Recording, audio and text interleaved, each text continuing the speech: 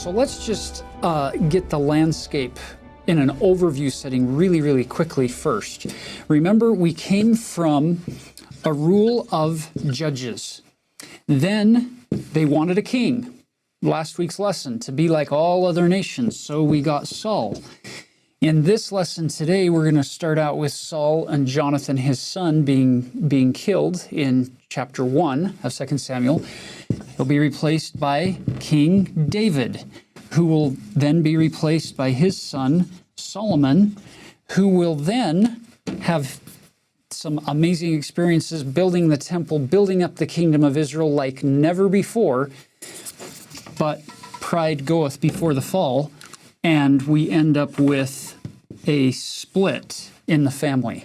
A highly significant event here when you get Solomon's son Rehoboam taking over, Rehoboam, and the kingdoms up north follow Jeroboam and split off. So for the first time ever, you're going to get the 10 tribes up north, the 2 tribes down south with this split family. Not terribly unlike the idea of Nephites, Lamanites, where there's this split and then they become enemies.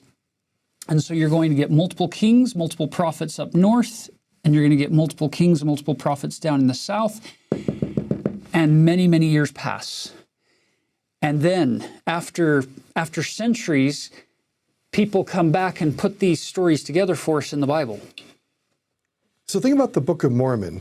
Mormon has access to all these records of hundreds of years of Nephite history, and under divine inspiration and guidance, he puts them together and provides a narrative trying to account for how did his civilization or his people get to where they're at, and what happened to the people based on the promises and covenants God had made and that they had made, and how well did they do fulfilling those covenants, those promises? What were the consequences?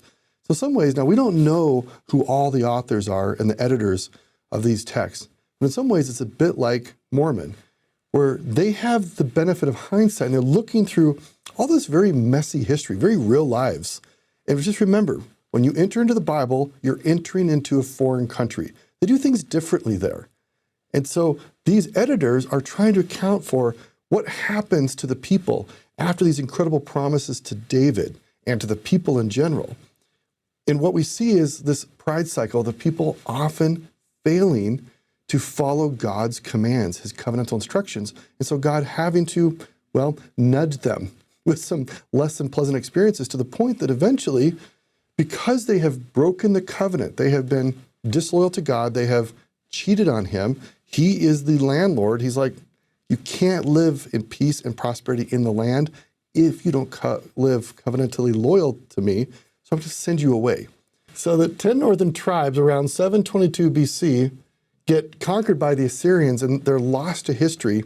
That's why they're called the lost tribes. And part of modern day missionary work is let's regather scattered Israel. And this is actually called the Kingdom of Israel before they get conquered.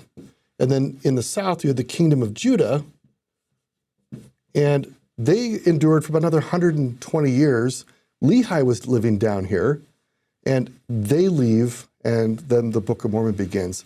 So this is how it all connects to the Book of Mormon, but also even conceptually, you have these later writers and editors, guys like Mormon for the Book of Mormon, but unnamed editors for the scriptures that we have in the Old Testament, trying to account for what happens when people live God's commands and when they don't. And ultimately, the hope is that we can vicariously learn from their experiences so we don't have to repeat these things. As the Book of Mormon says, that we can learn to be more wise than they. It's a beautiful insight, this idea of let's not repeat that history.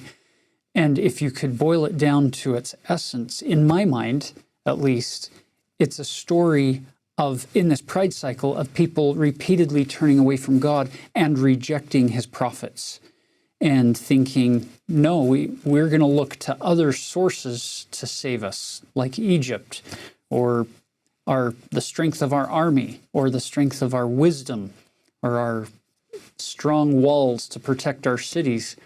And at the end of the day, none of those things are going to save them from destruction.